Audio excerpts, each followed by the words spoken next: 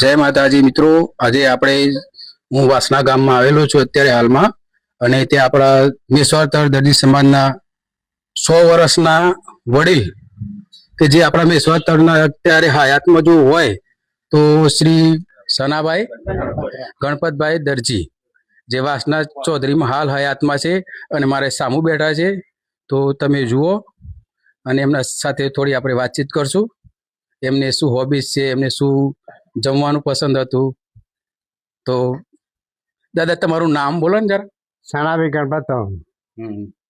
અને આપણે વર્ષોથી તમે સમાજમાં મેશ્વાતરમાં પેલા જતા ને, અને એમને ઘણી બધી સમાજ સેવામાં બી ઘણો બધો ઇન્ટરેસ્ટ લીધેલો છે બધાને, અને ઘણી સમાજ સેવામાં આગળ પડીને કામ કરેલું છે. અને મને એમ થયું કે આજે વડીલમાં જો હયાતમાં હાલ છે, હાલમાં જે હયાત છે, તો મને એમ થયું કે ચલો આપણે એક મુલાકાત કરીએ. અને મને બી આનંદ થયો અને એમના મેં દર્શન કર્યા. આવા તો હાલમાં આપણને વડીલોના દર્શન મુશ્કેલ છે, પણ મળી ગયા જીવતા, બહુ સારી વાત કહેવાય આપણને.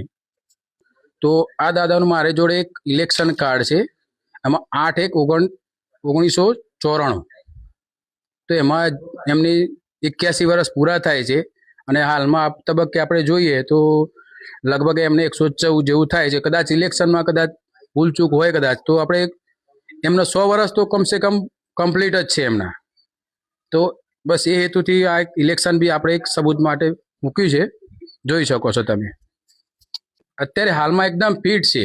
ફિટ એટલે એમને કોઈ ડાયાબિટીસ નથી કે કોઈ જાતની કોઈ નખમાં બી રોગ નથી, અને તે હાલમાં હરતા ફરતા છે. એ ખરેખર એક ભગવાનની કૃપા કહેવાય કે એક ચમત્કાર જેવું છે આ વસ્તુ. જો ભાઈ ગળ્યું ખાવા વધારે જોઈએ. ગળ્યું ખાવામાં એમના દાદાને છે મોહનથાળ જોઈએ, લાડવા જોઈએ. લાડવાના બહુ શોખીન છે દાદા પાછા આપણા. અને દરેક વસ્તુને એમને સૂકી ભાજી બનાવેલી હોય તો વધારે એમને પસંદ છે. એ બી બહુ. બીજું કોઈ દાદા તમને વધારે પસંદ હોય તો કહો. ચા પીવાની ખરી? ચા ના, ચા બિલકુલ નથી પીતા, એટલે આ ખાસ ધ્યાન રાખો. ચા બહુ ઓછી પીવે છે મતલબ. બરાબર. હવે જો એક મહત્વના વ્યક્તિ જે દેવચંદભાઈ, જે સનાભાઈના પુત્ર, જેમને એમના પર વર્ષોથી એમનો સપોર્ટ રહ્યો છે, તો આપણે એમને બી વાત કરશું. હલો સર્વેને જય શ્રી કૃષ્ણ.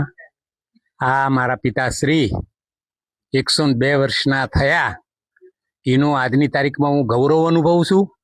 અને ખરેખર અમારા વાસણા ચૌધરીની અંદર પણ એમનું એક બહુમાન બી થયેલું છે.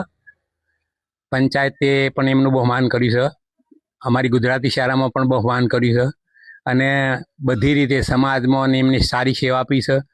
એકદમ ફિટ તંદુરસ્ત છે.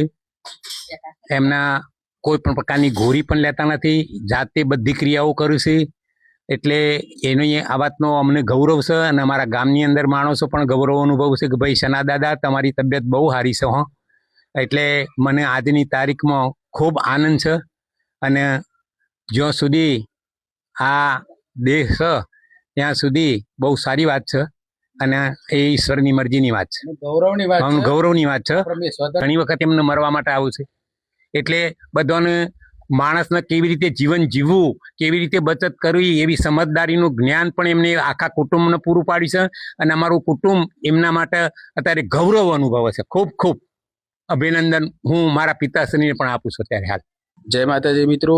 જે 100 વર્ષના દાદાને આપણે કમ્પ્લીટ ઉંમર પકડો, તો બીજો દાદાને જે સંભાળ જ્યાં સુધી એમને રાખી છે, એવા શ્રી આપણા જસીબેન જયંતિભાઈ દરજી. તો એમની શું એમને ખવડાવી જમાડ્યા છે, તો આપણે એમને પૂછશું.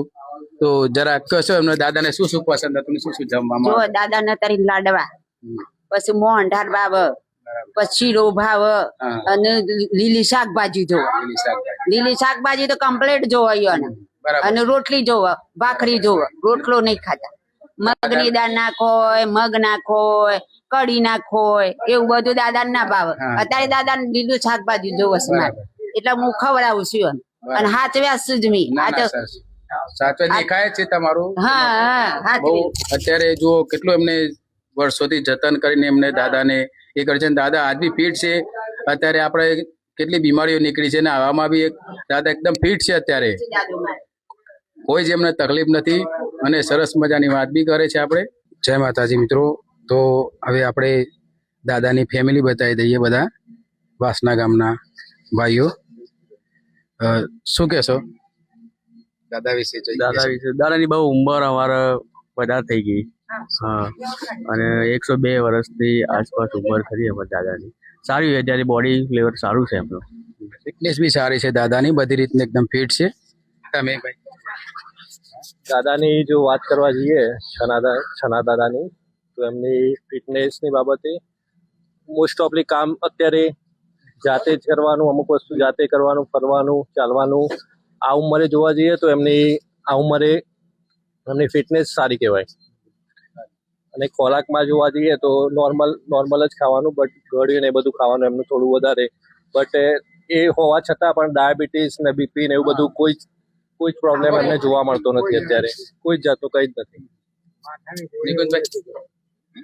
દાદાની ઉંમર હાલ લગભગ 102 થી 3 વર્ષ જેવી છે. એમને એમના સમયમાં સમાજ માટે ખૂબ કાર્યો કરેલા છે અને સમાજના આટલી ઉંમરના હાલ હયાતમાં હોય એવા સૌથી વયોવૃદ્ધ વડીલ છે. એમના આશીર્વાદ લેવા જ કમલેશભાઈ આવ્યા એ બદલ હું વાસના ચૌધરી ગામ તરફથી એમનો ખૂબ ખૂબ આભાર માનું છું. અને એમને આપણા સમાજના વડીલનું માન જળવાય, એક સારી એમના અનુભવનો ઉપયોગ થાય, સમાજ માટે કરેલા કાર્યોનો સમાજને દર્શન થાય એમના કરેલા કાર્યોને, એ માટે આજ વધારે એ માટે હું વાસના ગામ દરજી સમાજ તરફથી એમનો ખૂબ ખૂબ આભાર માનું છું. થેન્ક યુ કમલેશભાઈ. ભાઈનો બી, તમારા ગામનો બધાના ભાઈનો બી સારો સપોર્ટ મળે છે અને બધા સારું જો એમનો આશીર્વાદ છે બધાના, અને દાદાના આશીર્વાદ તો બધાનો પર છે જ. બહુ સારું કહેવાય. અને અમારા છના દાદા આજે ભીષ્મ પિતા સમાન છે અત્યારે અમારા કુટુંબ માટે. ખૂબ જ સરસ ફિટનેસ છે એમની, અને ખોરાક પણ સારો છે અત્યારે. કોઈ પણ પ્રકારની અત્યારે એમને કોઈ તકલીફ નથી, ચાલવામાં, દેખવામાં, કોઈ પણ પ્રકારની રીતે દરેક રીતે સારું છે એમની તબિયત. અમારા કુટુંબ માટે બહુ એના માટે બહુ પેલી છે. સના દાદાની ફિટનેસ આટલા વર્ષોમાં મારા ગામમાં ફર્સ્ટ નંબરની છે. કારણ કે ના ગામમાં બી આટલી ઉંમરમાં કોઈ વ્યક્તિ આટલો એક્ટિવ નથી. ચાલી શકે, જાતે બહાર નીકળી શકે, કોઈ વ્યક્તિની જરૂર ના પડે, પોતાની જાતે જ ચાલી શકે છે આટલી ઉંમરે. ખરેખર અમારા ગામમાં ફર્સ્ટ નંબરના વ્યક્તિ છે અને સમાજમાં બી. તો જોયું આપણે દાદાના વિશે બધી જે મારાથી બનતી માહિતી મેં તમને આપી છે. અને દાદાને ટાઈમમાં ઘણી બધી દાદાએ સેવાઓ કરી છે. અને વર્ષો પહેલાં તો એમનું એવું કહેવું છે કે જે આપણા ગાભાલાલ છે, મંગળદાસ છે, મૂળા દાદા છે, બધા એમના વર્ષોથી એમનો કંઈ બી સમાજનું કાર્ય હોય તો એમને લેવા આવતા, અહીંયા સ્પેશિયલ ગાડી લઈને લેવા આવતા એમને. એવું બી દાદાનું કહેવું છે. અને બહુ સારી સપોર્ટ કરે છે આજ સુધી દાદાએ. અને જય માતાજી, જય શ્રી કૃષ્ણ.